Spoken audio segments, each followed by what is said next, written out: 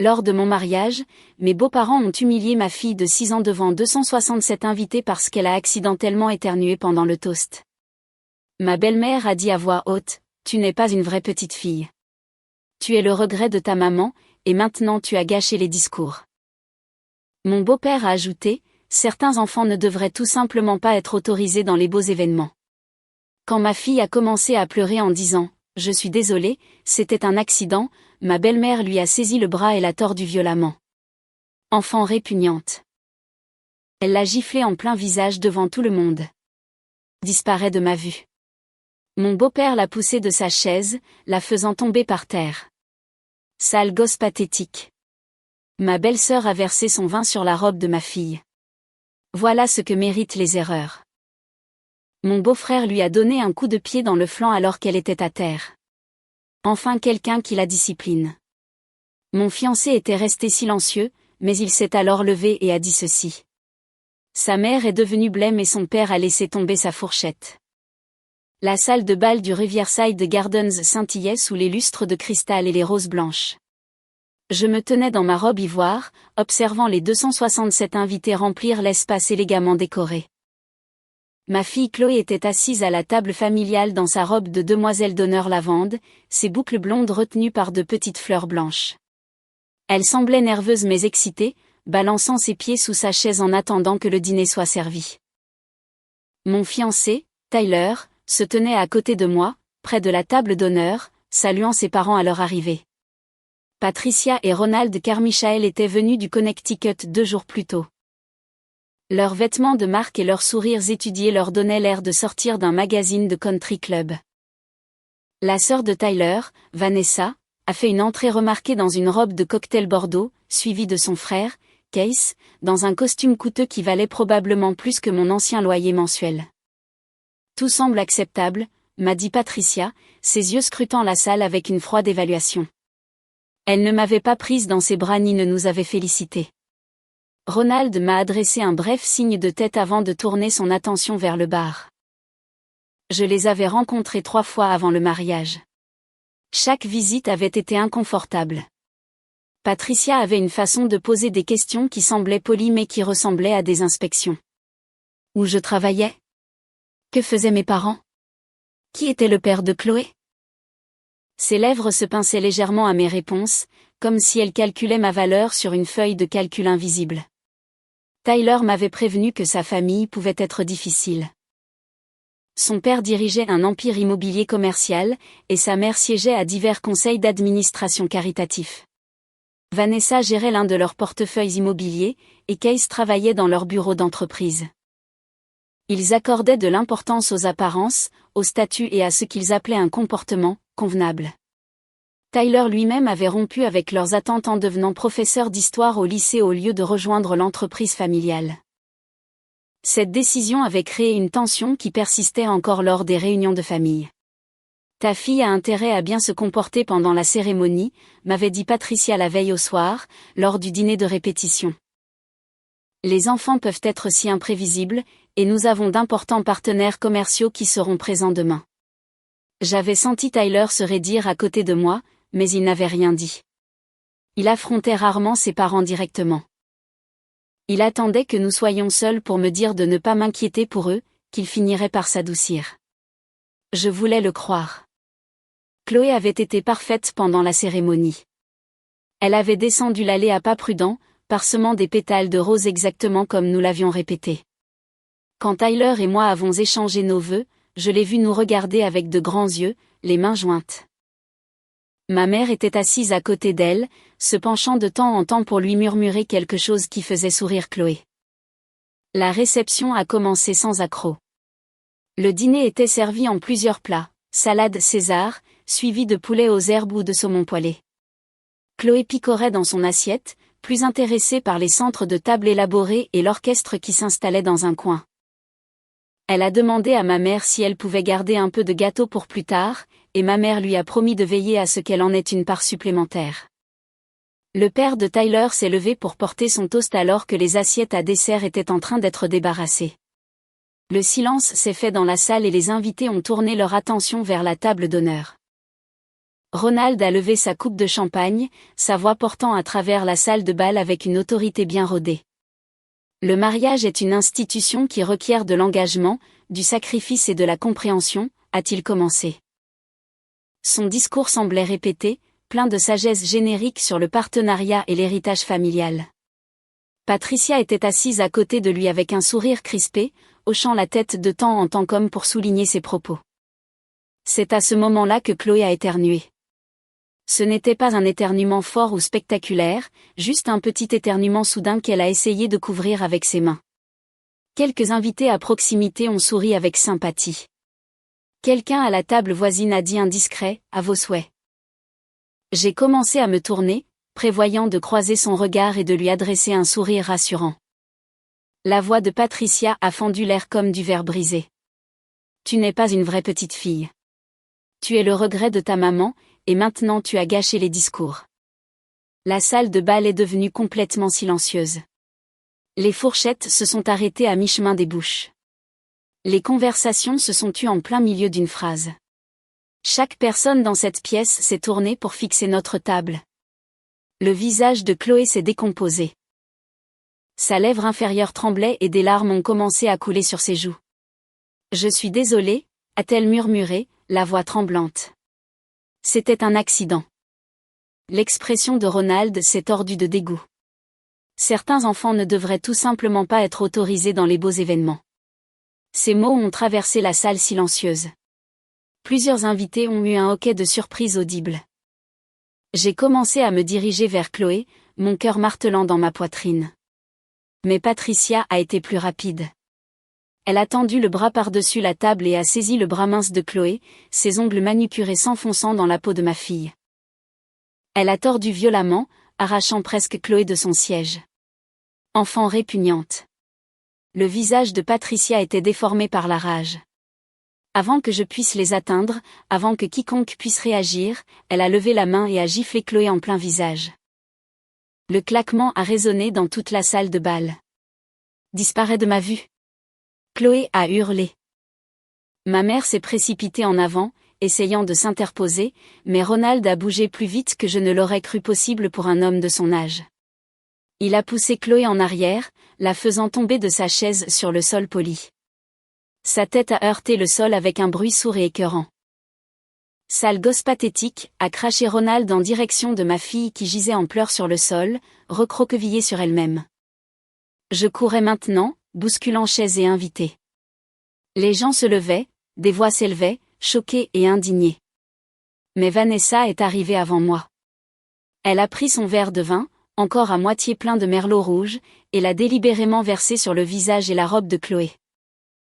Le liquide bordeaux a imbibé le tissu lavande, le tachant de sombre. Voilà ce que méritent les erreurs. La voix de Vanessa était pleine de venin. Elle a laissé tomber le verre vide, qui s'est brisé sur le sol près de la tête de Chloé. Case est apparu de nulle part, avant que quiconque puisse l'arrêter, il a armé sa chaussure en cuir coûteuse et a donné un coup de pied à Chloé dans les côtes. Le cri de douleur de ma fille a transpercé tous les autres bruits dans cette salle de bal. Enfin quelqu'un qui la discipline. Case s'est épousseté les mains comme s'il venait de terminer une tâche nécessaire mais désagréable. J'ai atteint Chloé et je suis tombée à genoux, la prenant dans mes bras. Elle sanglotait, tremblait, s'agrippant à ma robe. Une empreinte de main rouge vif marquait sa joue. Du vin coulait de ses cheveux. Je pouvais sentir ses côtes se soulever au rythme de ses respirations paniquées là où Case l'avait frappée. La salle de bal a explosé. Les invités criaient, certains se dirigeant vers nous, d'autres restant figés de choc. Ma mère hurlait sur Patricia. Plusieurs de mes cousins se sont dirigés vers Case avec la fureur dans les yeux. Le photographe avait arrêté de prendre des photos, son appareil pendant, oublié, autour de son cou alors qu'il regardait, horrifié. Pendant tout ce temps, Tyler était resté silencieux. Il était assis à la table d'honneur lorsque sa mère a attaqué Chloé. Je l'avais vu du coin de l'œil, figé, le visage pâle, ses mains agrippant le bord de la table. Une partie de moi avait attendu qu'il bouge, qu'il arrête ça, qu'il protège ma fille, mais il était resté assis là. Jusqu'à maintenant.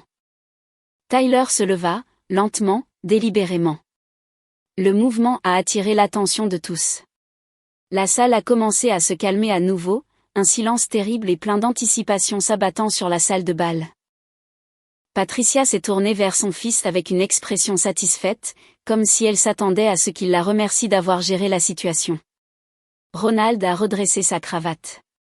Vanessa a souri avec suffisance. Case a enlevé une poussière imaginaire de sa manche. Vous voulez savoir quelque chose d'intéressant sur le droit immobilier? La voix de Tyler était stable et froide. C'était sa voix de professeur, celle qu'il utilisait pour faire valoir un point en classe. Quand quelqu'un agresse un mineur devant 267 témoins, y compris plusieurs avocats et un juge à la retraite, cela crée ce que nous appelons des preuves irréfutables. Le sourire de Patricia a vacillé. Tyler, chérie, nous étions juste en train de... Laisse-moi finir, mère. Le ton de Tyler n'a pas monté, mais quelque chose dans sa voix a fait taire Patricia. Vous voyez, je documente votre comportement envers Chloé depuis 8 mois. Chaque commentaire méprisant, chaque remarque cruelle, chaque fois que vous avez clairement montré que vous considériez ma future belle-fille comme indigne de vos standards familiaux. Il a sorti son téléphone de la poche de sa veste. J'ai des enregistrements, des SMS où vous l'appeliez « cet enfant » et suggériez que je pourrais faire mieux si je partais. Des emails où vous avez essayé de me convaincre de reporter le mariage indéfiniment parce qu'avoir une belle-fille nuirait à la réputation de la famille. Le visage de Ronald était passé du rouge au gris. Fils, tu dois. Je ne suis plus votre fils. Les mots de Tyler sont tombés comme des pierres. Pas après ce soir. Mais laissez-moi vous expliquer ce qui va se passer maintenant pour que tout le monde ici comprenne clairement la situation. Il est descendu de la table d'honneur, se déplaçant pour se tenir à côté de moi et de Chloé. J'étais toujours à genoux sur le sol, tenant ma fille tremblante. Tyler a posé doucement sa main sur la tête de Chloé, et elle s'est blottie contre moi, pleurant encore doucement. Premièrement, a poursuivi Tyler, sa voix portant à travers la salle de bal silencieuse. Chaque personne ici a été témoin de votre agression physique sur une enfant de 6 ans. C'est qualifié de voie de fait sur mineur dans cet état. Cela est passible d'une peine pouvant aller jusqu'à 5 ans de prison et d'une amende de 10 000 $. La poussée de mon père et le coup de pied de mon frère constituent la même accusation. Les actions de ma sœur pourraient être considérées à la fois comme une agression et une destruction de biens. Le visage de Vanessa a perdu toute couleur. Tu n'oserais pas? Deuxièmement, a dit Tyler par-dessus sa voix, au moins 30 invités ici ont déjà sorti leur téléphone. Je peux les voir. Ils enregistrent depuis que ma mère a attrapé le bras de Chloé. Certains d'entre eux sont vos amis, mère, des partenaires commerciaux à vous. Père. Ils viennent de vous voir agresser un enfant à un mariage et ils ont maintenant une preuve vidéo permanente de votre comportement. Patricia a regardé sauvagement autour de la salle. J'ai suivi son regard et j'ai vu que c'était vrai. Des dizaines de téléphones étaient sortis, pointés vers notre famille, enregistrant chaque instant. Certains invités pleuraient ouvertement. D'autres semblaient furieux. Plusieurs s'étaient déjà dirigés vers les sorties, sortant leur téléphone pour passer des appels. Troisièmement, la voix de Tyler s'est faite plus basse, je sais que 3 de vos plus grandes propriétés commerciales, père, dépendent de financement d'institutions qui ont des clauses morales strictes dans leur contrat de prêt. Elles peuvent exiger le remboursement immédiat de ces prêts si l'emprunteur se livre à des activités criminelles ou à un comportement qui nuit à leur réputation. J'ai lu ces contrats. Je sais exactement quelle banque contacter. Ronald a agrippé le bord de la table, ses jointures blanches. Vous bluffez. Vraiment? Tyler a sorti une carte de visite de sa poche. Voici Andrew Morrison, associé principal chez Morrison et Webb. C'est mon avocat depuis que j'ai décidé d'épouser quelqu'un que vous désapprouviez. C'est le monsieur qui se tient près du bar en costume bleu marine. Vous le reconnaîtrez peut-être du gala de charité de l'année dernière. Il a observé toute la situation se dérouler. Et il a déjà préparé les documents préliminaires pour une ordonnance restrictive et des accusations d'agression. J'ai vu l'homme que Tyler indiquait. Il était d'âge mûr, habillé de manière professionnelle et tenait un téléphone. Quand Tyler a fait un geste vers lui, il a légèrement levé le téléphone en signe de reconnaissance. Son expression était sombre. Quatrièmement, a poursuivi Tyler, j'ai déjà pris des dispositions pour me retirer entièrement de toute connexion avec vos intérêts commerciaux. À partir de demain matin, je change légalement mon nom de famille pour prendre le nom de jeune fille de ma femme. Chaque document, chaque bien que vous pensiez pouvoir utiliser comme levier contre moi, j'ai tout signé. Le fonds en fiducie, l'héritage, les parts de l'entreprise familiale que vous agitez devant moi depuis des années. Vous pouvez tout garder. Patricia a émis un son étranglé. Tyler, s'il te plaît, nous pouvons en discuter en privé. Nous avons dépassé le stade des discussions privées. La mâchoire de Tyler était serrée. Vous avez eu des années pour traiter la femme que j'aime et sa fille avec une décence humaine de base. Au lieu de ça, vous avez qualifié Chloé de regret. Vous l'avez agressée. Vous l'avez humiliée devant des centaines de personnes lors de ce qui aurait dû être l'un des jours les plus heureux de notre vie. Il a regardé autour de la salle, tous ces visages qui observaient. Tout le monde ici doit comprendre quelque chose sur la famille Carmichael. Ils croient que l'argent et le statut leur donnent le droit de traiter les gens comme des objets jetables.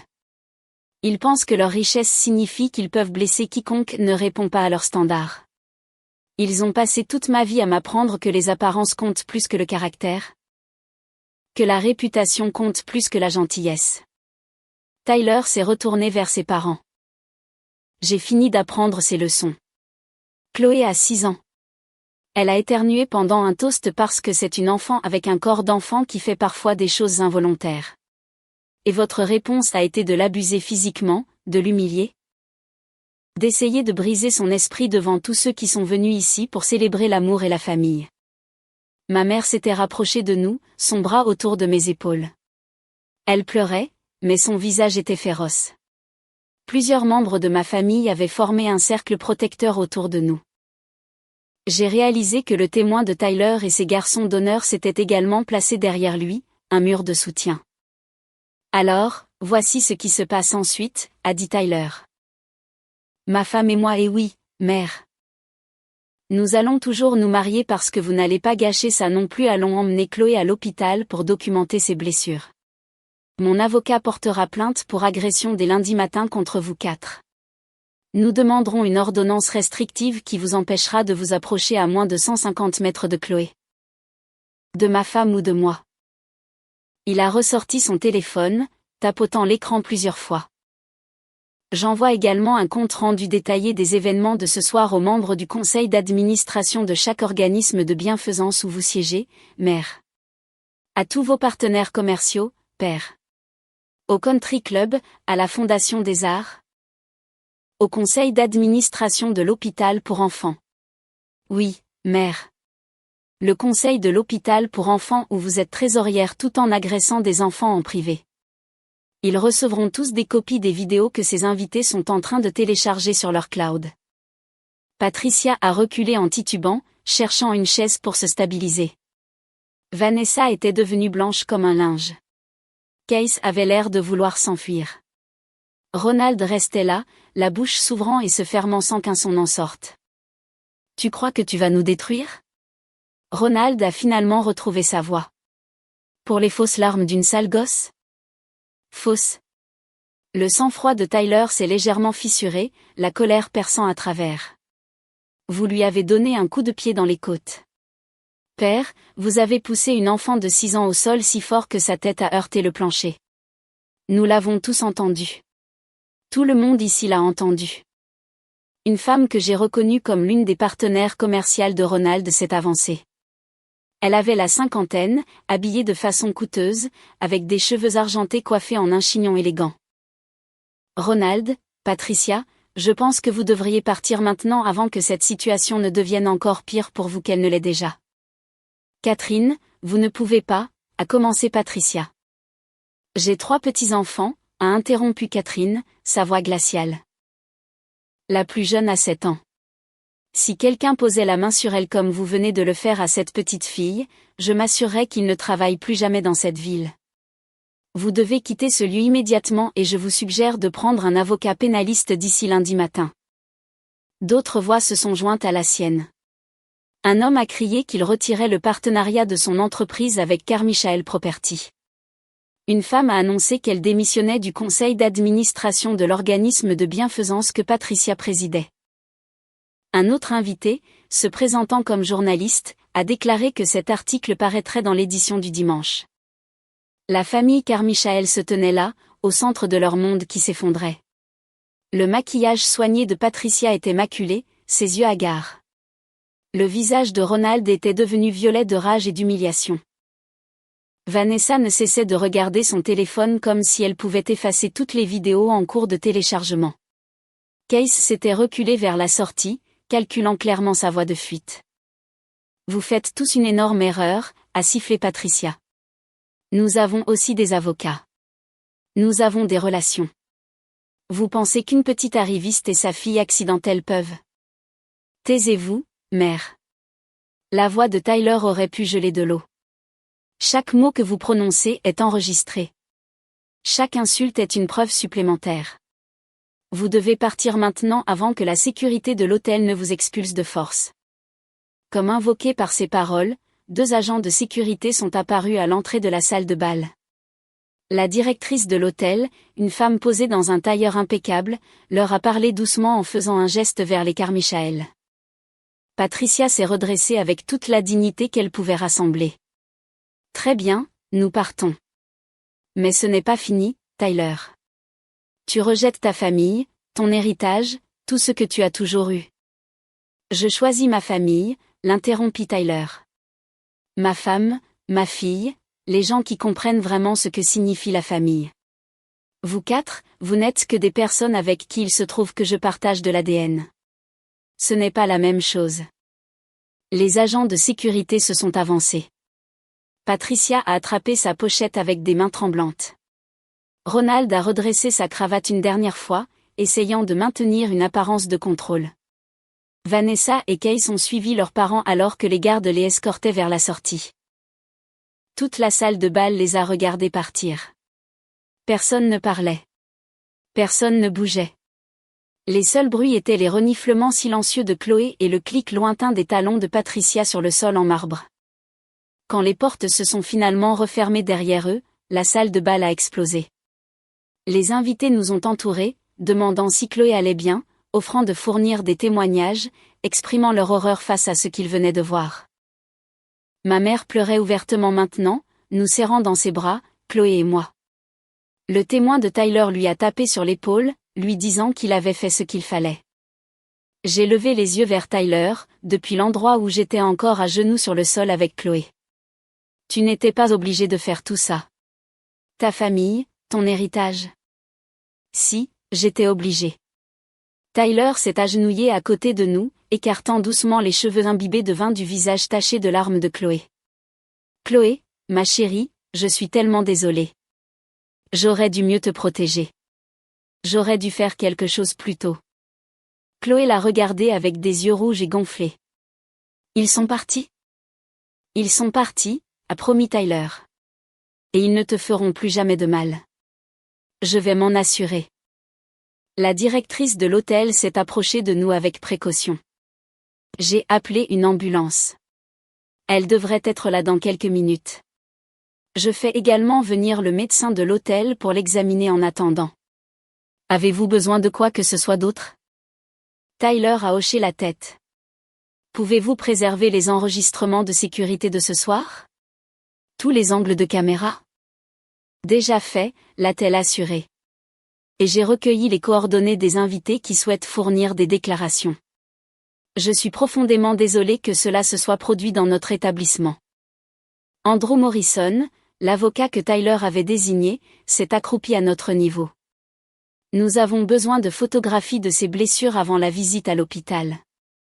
J'ai un photographe médical de garde qui peut être ici en 20 minutes. La documentation doit être complète et immédiate. Je serrai Chloé plus fort contre moi, sentant son cœur battre contre le mien. Elle commençait à se calmer, ses sanglots se transformant en respiration saccadée. L'empreinte rouge sur sa joue ressortait crûment sur sa peau pâle. Je pouvais voir le début des ecchymoses là où les ongles de Patricia s'étaient enfoncés dans son bras. Maman, la petite voix de Chloé était rauque. On peut rentrer à la maison? Bientôt, mon bébé, ai-je murmuré. Nous devons d'abord nous assurer que tu n'es pas gravement blessé. Ensuite, nous pourrons rentrer à la maison. Est-ce que les méchants vont venir chez nous? Tyler a répondu avant que je ne le puisse. Non, je te le promets, Chloé, ils ne s'approcheront plus jamais de toi ou de ta maman. Je vais m'en assurer de manière absolue. Le médecin de l'hôtel est arrivé, une femme au visage aimable dans la quarantaine, qui a parlé doucement à Chloé tout en l'examinant. Elle a vérifié les symptômes de commotion cérébrale, examiné les ecchymoses qui se formaient sur son bras et ses côtes, documenté l'empreinte de la main sur son visage. Elle a déterminé que rien n'était cassé, mais a recommandé des radiographies à l'hôpital pour être certain concernant les côtes. Le photographe qu'Andrew avait appelé est arrivé avec du matériel professionnel. Il était respectueux et rapide, prenant des photos sous plusieurs angles tout en expliquant chaque prise de vue à Chloé en termes simples. Nous avons besoin de ces photos pour montrer la vérité sur ce qui s'est passé, lui a-t-il dit. Tu es très courageuse. Au moment où l'ambulance est arrivée, la nouvelle s'était répandue dans tout l'hôtel. Des membres du personnel qui ne travaillaient même pas à la réception se sont arrêtés pour exprimer leur inquiétude. Une employée de cuisine a apporté à Chloé un biscuit spécial en forme d'étoile. Pour la plus courageuse des demoiselles d'honneur que j'ai jamais vue, a-t-elle dit. Les ambulanciers étaient doux et minutieux. Ils ont attaché Chloé sur une civière, plus par précaution que par nécessité, mais elle a serré ma main tout le temps. Tyler nous a accompagnés dans l'ambulance, toujours dans son costume de mariée, les cheveux en désordre à force d'y passer les mains. Je voulais vraiment t'épouser ce soir, a-t-il dit doucement alors que l'ambulance se frayait un chemin dans la circulation. On peut encore, ai-je répondu. Juste pas comme on l'avait prévu. La visite aux urgences a duré 3 heures. Les radiographies ont confirmé l'absence de fractures, juste de graves contusions. Un pédiatre a examiné Chloé pour tout signe de blessure grave. Une assistante sociale nous a parlé, documentant l'agression pour ses dossiers. Un policier a pris nos dépositions et les preuves que le photographe d'Andrew avait recueillies. Pendant tout ce temps, Tyler n'a jamais quitté notre côté. Il a tenu la main de Chloé pendant les radiographies. Il l'a fait rire en faisant des grimaces lorsque le médecin a vérifié ses yeux. Il a parlé calmement et clairement à chaque officiel qui avait besoin d'informations, sa patience de professeur lui étant très utile. Alors que nous attendions les derniers papiers de sortie, Andrew a appelé sur le téléphone de Tyler. Il avait reçu des messages de diverses parties toute la soirée. Apparemment, 3 grands médias voulaient des déclarations sur l'incident. Le plus grand partenaire commercial de Ronald avait déjà publié un communiqué de presse pour prendre ses distances avec Carmichael Property. 2 des conseils d'administration caritatifs de Patricia avaient convoqué des réunions d'urgence pour discuter de sa position. Les vidéos ont été vues plus de 2 millions de fois, a dit Andrew assez fort pour que je puisse l'entendre à travers le téléphone. Quelqu'un a créé un hashtag. Plusieurs groupes de défense des droits de l'enfant commentent publiquement. Ça va exactement dans la direction que nous voulons, une responsabilité publique maximale. Tyler s'est frotté les yeux avec sa main libre. Je me fiche de l'aspect public. Ce qui m'importe, c'est de m'assurer qu'ils ne peuvent plus blesser Chloé. L'aspect public y contribue, a expliqué Andrew. Plus cela devient visible, plus il leur est difficile d'utiliser leurs relations pour minimiser les conséquences. Les juges n'aiment pas être perçus comme indulgents envers la maltraitance des enfants, surtout quand il y a des preuves vidéo partout. Ma mère est arrivée à l'hôpital vers 23 heures avec des vêtements propres pour nous tous et des sandwichs d'une épicerie qui était encore ouverte. Elle avait appelé des membres de la famille, informant tout le monde de l'état de Chloé. Ma tante était apparemment allée au lieu de la réception et avait récupéré tous nos cadeaux de mariage, s'assurant que rien n'avait été laissé derrière. Mon cousin se coordonnait avec le photographe pour obtenir des copies de toutes les photos d'avant l'incident. Nous aurions quand même quelques souvenirs de la journée qui n'étaient pas entachés. Comment va-t-elle vraiment ? A demandé ma mère doucement, s'installant dans la chaise à côté de moi alors que Chloé somnolait dans le lit d'hôpital, finalement épuisée par les pleurs et le stress. Physiquement, elle guérira. Les bleus disparaîtront dans quelques semaines. Pas de dommages permanents. J'ai regardé la poitrine de ma fille se soulever et s'abaisser dans son sommeil. Émotionnellement, je ne sais pas encore. Le pédiatre a recommandé quelqu'un qui se spécialise dans les traumatismes infantiles. Nous avons un rendez-vous mercredi. Ma mère m'a serré la main. Elle est forte. Tu es forte. Et Tyler, elle a jeté un regard vers l'endroit où il se tenait dans le couloir, toujours au téléphone avec Andrew. C'est un homme exceptionnel. Peu d'hommes réduiraient en cendres tout leur héritage familial pour une belle-fille. Il ne la voit pas comme une belle-fille. Il la voit simplement comme sa fille. Je sais. C'est comme ça que je sais que c'est un homme exceptionnel. Le processus de sortie semblait interminable, des formulaires à signer, des instructions à suivre, des ordonnances pour des analgésiques si Chloé en avait besoin. Le pédiatre nous a pris à part, Tyler et moi, avant que nous partions, parlant avec le ton prudent que les professionnels de la santé utilisent pour annoncer des vérités difficiles.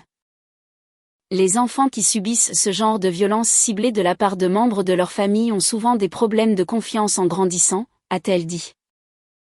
Le fait que cela se soit produit pendant ce qui aurait dû être une célébration rend la situation particulièrement déroutante pour de jeunes esprits.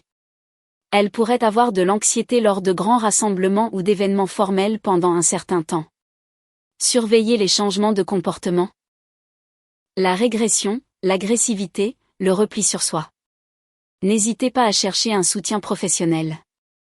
Tyler a hoché la tête, absorbant chaque mot comme s'il prenait des notes pour un examen. Et pour la guérison physique? Y a-t-il quelque chose que nous devrions surveiller? Les côtes seront sensibles pendant une semaine ou deux. Les poches de glace aident à réduire l'enflure. Maintenez son niveau d'activité bas. Pas de course, de saut ou de jeu brutal. Si elle développe des difficultés à respirer, une douleur intense ou de la fièvre, ramenez-la immédiatement. Sinon, faites un suivi avec votre pédiatre dans la semaine. Nous l'avons remercié et avons rassemblé nos affaires. Une infirmière a apporté un fauteuil roulant pour Chloé, conformément à la politique de l'hôpital, même si elle pouvait marcher. Chloé a trouvé que c'était une aventure, demandant à Tyler de la pousser très vite dans le couloir. Il s'est exécuté, faisant des bruits de voitures de course qui l'ont fait glousser malgré tout. Sur le parking, ma mère nous a tous serrés dans ses bras. Appelez-moi demain, ou ce soir si vous avez besoin de quoi que ce soit. Je suis sérieuse. Quoi que ce soit. En la regardant partir, j'ai senti le poids de la soirée s'abattre sur moi pour la première fois. Nous avions commencé la journée en nous préparant pour une fête de mariage. Nous la terminions en quittant un hôpital avec un enfant agressé et une famille complètement déchirée. Le choc de tout cela me donnait le vertige. Tyler a dû sentir mes pensées. Il a passé son bras autour de mes épaules alors que nous marchions vers sa voiture. On va s'en sortir. Ça n'en a pas l'air pour l'instant, mais on va s'en sortir. Comment peux-tu en être si sûr? Parce que le pire est déjà arrivé, et nous y avons survécu. À partir de maintenant, ce n'est que de la guérison et aller de l'avant. Il a cliqué sur la télécommande, déverrouillant les portes. En plus, ma famille a montré à tout le monde exactement qui ils sont ce soir. On ne peut pas revenir là-dessus. Aucune somme d'argent ou d'avocat ne peut effacer ces vidéos. Ils se sont détruits eux-mêmes, et tout ce que nous avons à faire, c'est de ne pas les laisser nous détruire aussi. Il était près de minuit quand nous avons enfin été autorisés à partir. Ma mère avait apporté des vêtements propres pour Chloé. La robe tachée de vin avait été mise sous scellé comme preuve. Nous avions complètement manqué notre réception de mariage, manqué la première danse, la découpe du gâteau et toute la célébration que nous avions prévue. Mais alors que nous sortions de l'hôpital dans l'air frais de la nuit, Chloé entre nous deux, Tyler la portant car elle était fatiguée, j'ai ressenti quelque chose que je ne m'attendais pas à ressentir le soir de mon mariage, du soulagement. La vraie nature de la famille car Michael avait été exposé devant 267 témoins. Fini de faire semblant. Fini d'essayer de gagner leur approbation. Fini de se demander s'ils accepteraient un jour Chloé comme faisant partie de leur famille. La réponse était claire, documentée et enregistrée sous plusieurs angles. On va où? A demandé Tyler, ajustant Chloé dans ses bras. Elle s'était endormie contre son épaule. À la maison, ai-je simplement dit. Nous sommes rentrés à notre appartement dans la voiture de Tyler, que quelqu'un avait déplacée du lieu de la réception au parking de l'hôpital. Les rues de la ville étaient calmes à 7 heures, les feux de circulation changeant de couleur sans personne pour leur obéir. Ma robe de mariée bruissait doucement sur la banquette arrière. Tyler avait desserré sa cravate et retroussé ses manches. « Tu le regrettes ?» ai-je demandé après plusieurs minutes de silence. « Tout ce que tu as abandonné ce soir ?» Tyler m'a jeté un coup d'œil, puis a regardé de nouveau la route. « J'ai abandonné des gens qui pensent que l'amour est conditionnel. J'ai abandonné une famille qui valorise les apparences plutôt que l'éthique. J'ai abandonné de l'argent qui vient avec des ficelles attachées à mon âme. » Il s'est arrêté à un feu rouge, regardant la silhouette endormie de Chloé sur la banquette arrière dans le rétroviseur. « Je n'ai rien abandonné qui comptait. Ta mère ne te le pardonnera jamais. Tant mieux. Je ne veux pas du pardon de quelqu'un qui fait du mal aux enfants. Le feu est passé au vert et nous avons avancé. Je veux passer le reste de ma vie à m'assurer que Chloé sait qu'elle est valorisée, protégée et aimée. Cela me semble être une meilleure utilisation de mon temps que de gérer l'approbation de ma mère. » Nous nous sommes garés dans notre complexe d'appartements, un immeuble modeste dans un quartier calme. Tyler a porté Chloé à l'étage pendant que je rassemblais nos affaires. À l'intérieur de notre maison, entouré des cartons que nous n'avions pas fini de déballer depuis l'emménagement de Tyler, nous avons mis Chloé au lit ensemble. Elle a légèrement bougé quand nous l'avons bordée, marmonnant quelque chose à propos de « méchants grands-parents ». « Ils sont partis », a murmuré Tyler. « Tu es en sécurité maintenant. » Chloé s'est rendormie, serrant son lapin en peluche contre elle. Dans notre chambre, j'ai finalement enlevé la robe de mariée. C'était étrange de se déshabiller après une cérémonie qui s'était terminée si différemment de ce qui était prévu. Tyler était assis sur le bord du lit, en maillot de corps et pantalon de costume, épuisé. « Nous ne sommes toujours pas techniquement mariés, ai-je fait remarquer. Tyler m'a regardé, un sourire fatigué traversant son visage. « On va au palais de justice lundi matin ? On peut le faire rapidement et légalement. Juste nous, Chloé et qui veut venir. Pas de lieu chic, pas de liste d'invités, pas de drame familial.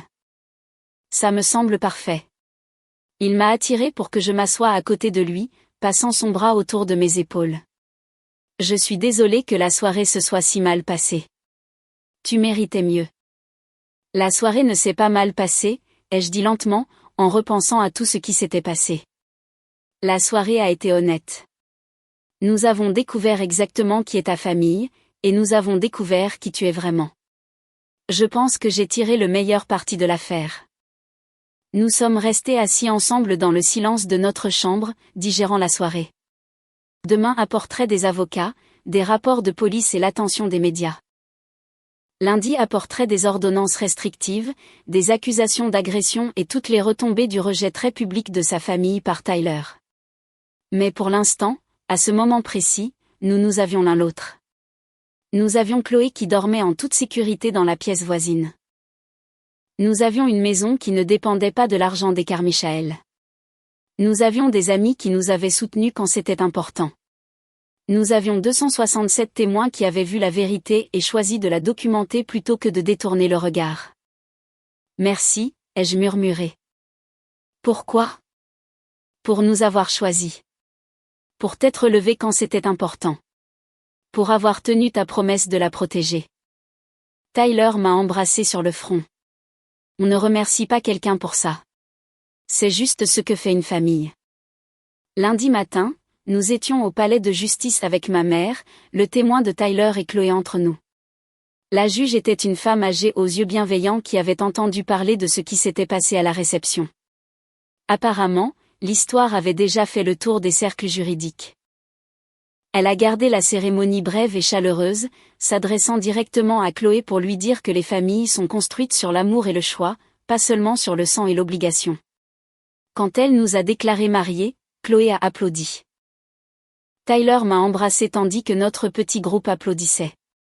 Nous avons pris des photos sur les marches du palais de justice, tous en tenue décontractée, Chloé dans une nouvelle robe que ma mère lui avait achetée pour remplacer celle tachée de vin.